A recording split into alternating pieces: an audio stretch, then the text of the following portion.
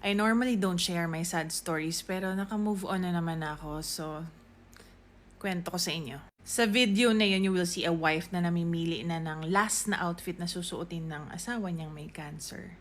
I remember that day when my mother died. Nung nilabas na yung body niya, na imbalsa mo na, nakita ko parang ang bigat ng itsura ng mother ko. Tisay kasi yung mother ko, tapos nilagyan ng black eyeliner, tapos red na lipstick. Parang ang sungit niya tingnan. And I remember, nung palala na ng palala yung sakit ng mother ko, sabi niya, bilin niya daw na ako ang mag-makeup sa kanya. Nung naalala ko yung bilin niya, nandun na kami sa loob ng St. Peter. Tapos nandun na siya sa kabaong niya. Sabi ko, hindi siya masaya, hindi siya mukhang masaya.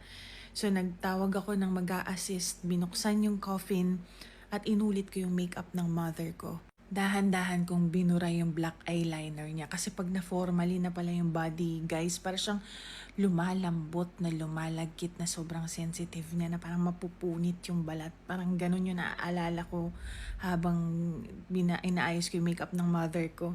So, nung natanggal ko na yung black eyeliner, pinalitan ko na yung lipstick niya from red, ginawa kong parang light pink lang. Nilagyan ko siya ng konting cheek blush. Yung kwarto sobrang lungkot, umiiyak ang kapatid ko, umiiyak ang mga anak ko.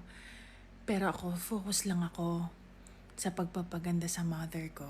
And then sinarado ulit yung coffin, tas unti-unti nang dumating yung mga makikilamay sa amin. Iisa yung sinasabi ng mga close ng mama kong kaibigan na dumating para lang daw natutulog yung mother ko, parang aliwalas daw ng aura, and it made me happy. I wanted to cry but I can't cry, I was so busy. Busy ako sa lahat because panganay ako and I have to do everything. Isa pa, mahal na mahal din siya nung nag-iisang sister ko, so medyo natulala na yung kapatid kong bunso. Nag-aalala rin ako sa kanya nung time na yun parang hindi niya matanggap agad ba. Hindi ako masyadong nakaiyak nun kasi marami iniintindi.